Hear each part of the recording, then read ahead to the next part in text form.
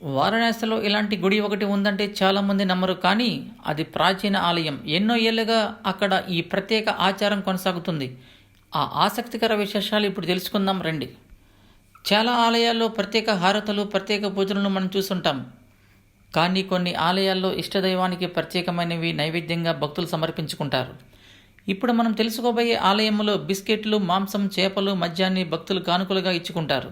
ఈ బాబా బాతుక్ భైరవ ఆలయం కాశీ, వారణాసిలో ఉంది. అక్కడ బాబా బాతుక్ భైరవ స్వామి ఉంటారు. అక్కడ భక్తులు పిల్లల ద్వారా బిస్కెట్లు, చాక్లెట్లు సమర్పిస్తారు. తామైతే స్వయంగా మాంసం లిక్కరిస్తారు. ఆ తర్వాత మొక్కులు చెల్లించుకుంటారు. ఇదంతా వినడానికి మనకు ఆశ్చర్యంగానే ఉంటుంది. అలాంటి ఆలయం కూడా ఉందా అనిపిస్తుంది. ఇక్కడ మహాదేవుడు 3 రూపాల్లో దర్శనమిస్తాడు: సాత్విక రూపం, రజస్వ రూపం, తామస రూపం. ప్రత్యేక పండుగ దినాల్లో స్వామిని 3 రూపాల్లో అలంకరిస్తారు. ఉదయం వేళ చిన్నారి స్వామిగా భావిస్తూ చాక్లెట్లు, బిస్కెట్లు, పండ్లు ఇస్తారు. చాలామంది వీటిని పిల్లల ద్వారా ఇప్పిస్తారు. ఇక మధ్యాహ్నం వేళ పప్పు, రైస్, బ్రెడ్, కూరగాయలను సమర్పిస్తారు. మహాహారతి తర్వాత మటన్ కర్రీ, చికెన్ కర్రీ, చేపల కర్రీ, మద్యం సమర్పిస్తారు. వాటితో పాటు ఎగ్ ఆమ్లెట్ కూడా భైరవుడి రూపంలోని స్వామికి సమర్పిస్తారు. పూజారి మహంత్ భాస్కర్ పూరి ప్రకారం పిల్లాడి రూపంలో ఉన్న బాతుకు స్వామికి చాక్లెట్లు, బిస్కెట్లు, పండ్లు ఇష్టమట.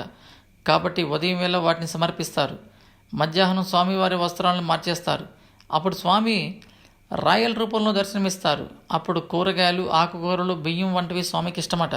సూర్యాస్తమయం తర్వాత మాత్రం పైన చెప్పినవి ఇవ్వరు. అప్పుడు పూర్తిగా మెనూ మారిపోతుంది. రాత్రివేళ రూపంలో స్వామి చూడటానికి అరవీర భయంకరంగా ఉంటారు. ఉగ్ర రూపంతో కనిపిస్తారు. ఆ రూపంలో స్వామికి వైన్తో పూజలు చేస్తారు. అక్కడి దీపం ఎప్పుడూ కొండెక్కకుండా చూసుకుంటారు. ఈ ఆలయానికి వెళ్ళే పర్యాటకులు ఉదయం నుంచి రాత్రి వరకు అక్కడే ఉంటారు. మొత్తం 3 రూపాల్లో స్వామిని సమర్పించే కానుకలను చూసి ఆశ్చర్యపోతారు. ఉదయం వేళ చిన్నారిగా ఉండే స్వామి చాలా పవర్ఫుల్ అట.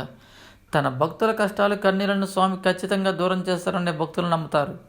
అందువల్లే ఈ ఆలయానికి భక్తులు పెద్ద సంఖ్యలో వస్తారు. ముఖ్యంగా రాత్రి వేళ రద్దీ బాగా పెరుగుతుంది.